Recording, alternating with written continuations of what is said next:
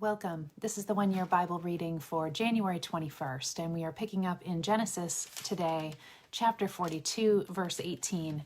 And Joseph has thrown his brothers into prison as suspected spies for 3 days. On the third day, Joseph said to them, "I am a God-fearing man. If you do as I say, you will live.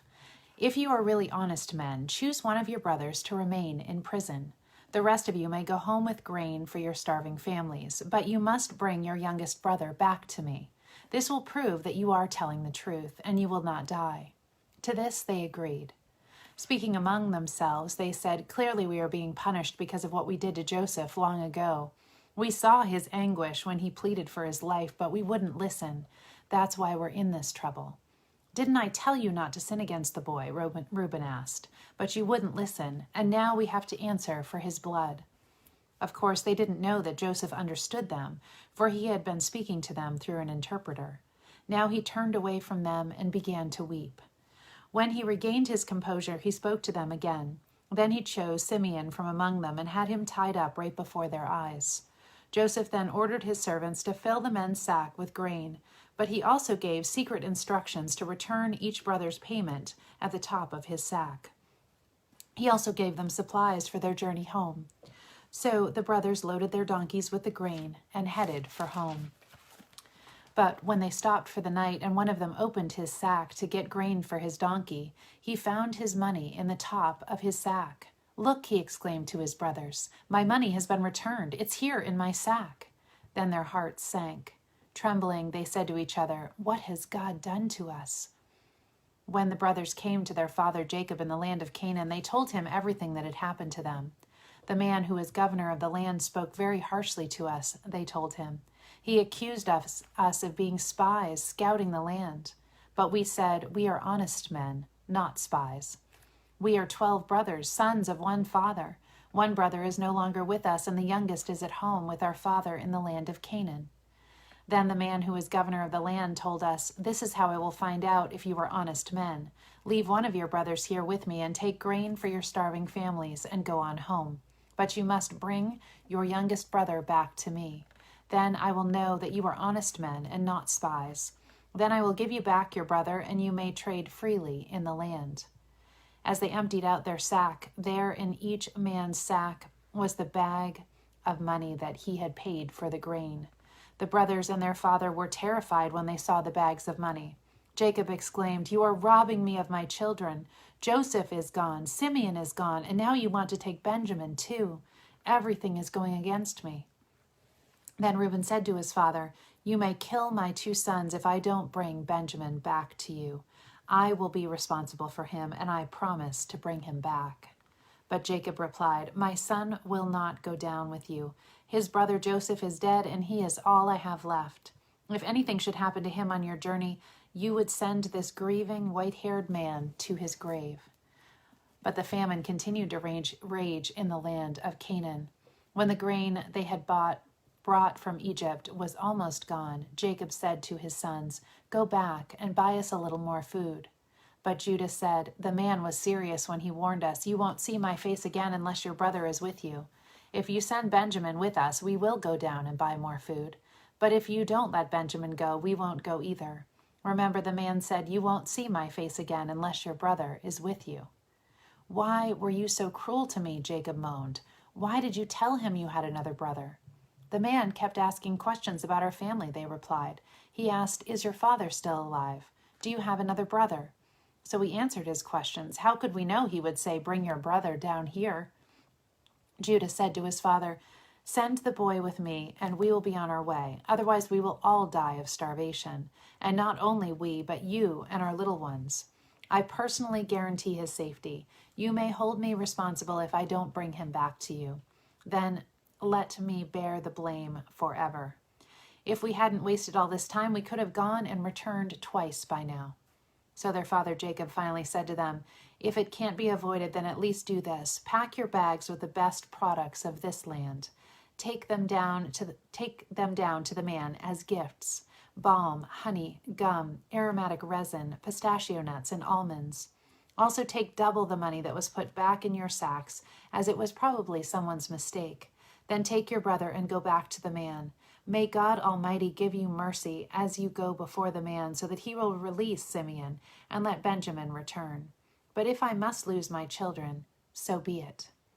So the men packed Jacob's gifts and doubled the money and headed off with Benjamin.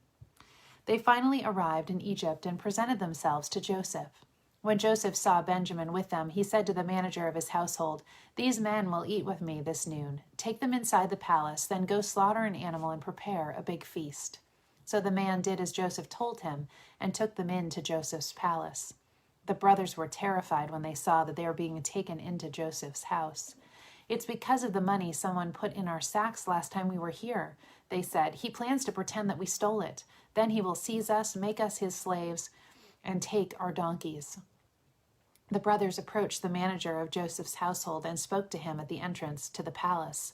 "Sir," they said, "we came to Egypt once before to buy food, but as we were returning home, we stopped for the night and opened our sacks. Then we discovered that each man's money, the exact amount paid, was in the top of his sack. Here it is. We have brought it back with us. We have also brought additional money to buy more food. We have no idea who put the money in our sacks." "Relax, don't be afraid," the household manager told them. "Your God, the God of your father, must have put this treasure in your sacks.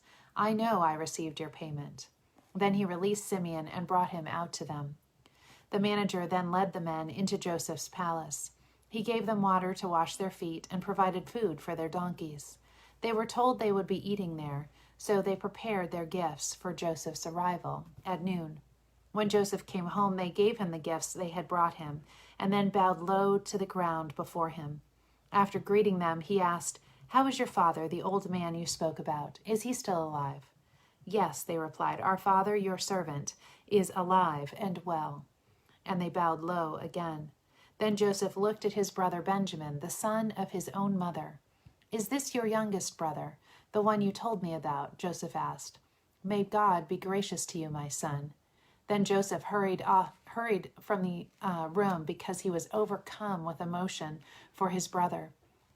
He went into his private room where he broke down and wept. After washing his face, he came back out, keeping himself under control. Then he ordered, "Bring out the food." The waiters served Joseph at his own table, and his brothers were served at a separate table. The Egyptians who ate with Joseph sat at their own table, because Egyptians despise Hebrews and refused to eat with them.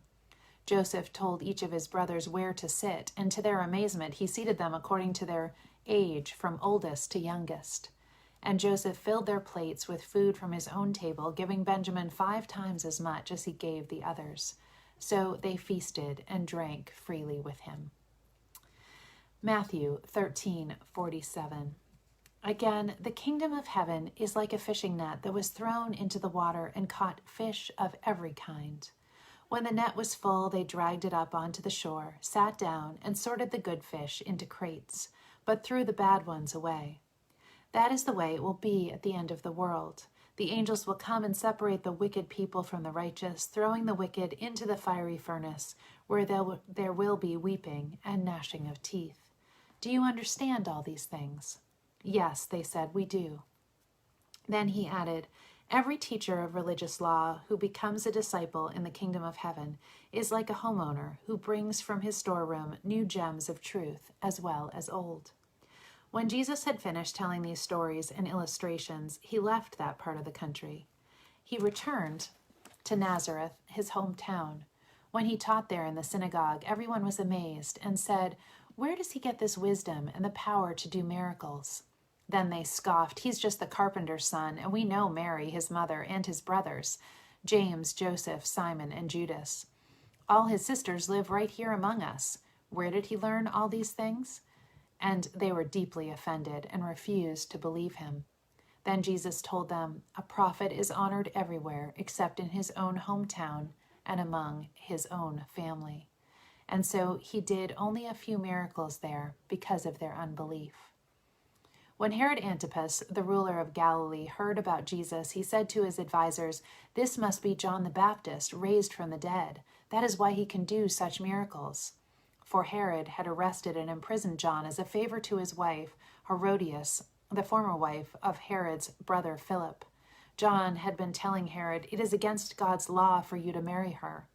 Herod wanted to kill John, but he was afraid of a riot because of all the people who believed that John was a prophet. But at a birthday party for Herod, Herodias' daughter performed a dance that greatly pleased him. So he promised with a vow to give her anything she wanted. At her mother's urging, the girl said, "I want the head of John the Baptist on a tray." Then the king regretted what he had said, but because of the vow he had made in front of his guests, he issued the necessary orders.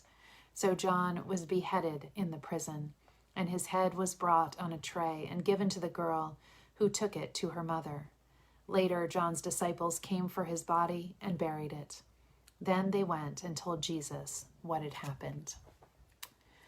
Continuing in Psalm 18, and again, this is a psalm of praise of David to the Lord for his rescue from his enemies, starting in verse 16. He reached down from heaven and rescued me. He drew me out of deep waters. He rescued me from my powerful enemies, from those who hated me and were too strong for me. They attacked me at a moment when I was in distress, but the Lord supported me. He led me to a place of safety. He rescued me because he delights in me. The Lord rewarded me for doing right. He restored me because of my innocence. For I have kept the ways of the Lord. I have not turned from my God to follow evil. I have followed all his regulations. I have never abandoned his decrees. I am blameless before God. I have kept myself from sin. The Lord rewarded me for doing right. He has seen my innocence. To the faithful, you show yourself faithful. To those with integrity, you show integrity. To the pure, you show yourself pure. But to the wicked, you show yourself hostile. You rescue the humble, but you humiliate the proud. You light a lamp for me. The Lord my God lights up my darkness. In your strength I can crush an army. With my God I can scale any wall. God's way is perfect. All the Lord's promises prove true. He is a shield for all who look to him for protection. For who is God except the Lord? Who but our God is a solid rock?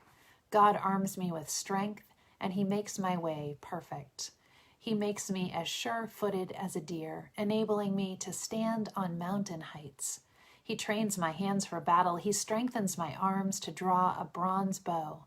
You have given me your shield of victory. Your right hand supports me. Your help has made me great. You have made a wide path for my feet to keep them from slipping. Proverbs 4, 7 through 10. Getting wisdom is the wisest thing you can do. And whatever else you do, develop good judgment. If you prize wisdom, she will make you great. Embrace her, and she will honor you. She will place a lovely wreath on your head. She will present you with a beautiful crown. My child, listen to me and do as I say, and you will have a long, good life. And to end today, I was just going to keep reading tomorrow's. We have a devotional from Selwyn Hughes, the last one on Psalm 125, entitled Relax. That's a good thing to do. Verse 4, do good, O Lord, to those who are good, to those who are upright in heart. These final verses of Psalm 125 comprise both a prayer and a warning. The psalmist prays for those who are faithful in heart and are endeavoring to maintain the standards God has laid down. Though it looked as if their enemies were on the winning side, the psalmist reminds God's people Israel that to abandon the traditional faith would bring them spiritual and national disaster. His last sentence, peace be upon Israel, is colloquial and could, bearing in mind the context, be expanded thus. Compose yourself. Remember your true security is found in God. Nothing will happen to you that he can't turn to good. Because of this, you are as safe in God as you would be sitting in the middle of the fortress, Jerusalem. Walking the upward road of faith is difficult, but it should never be regarded as impossible. The word impossible does not feature prominently in a true believer's vocabulary. When God breathes into situations, then the aspirate transforms the word into him possible. The storms may come, but they can never turn back the person whose heart is in touch with the Lord. Some think being a Christian in today's world is an uncertain business. On a plane recently, a man said when he discovered I am a preacher and a writer, it must be very difficult trying to help people maintain their faith in a world such as this. I replied, I'm not the one responsible for that. God is.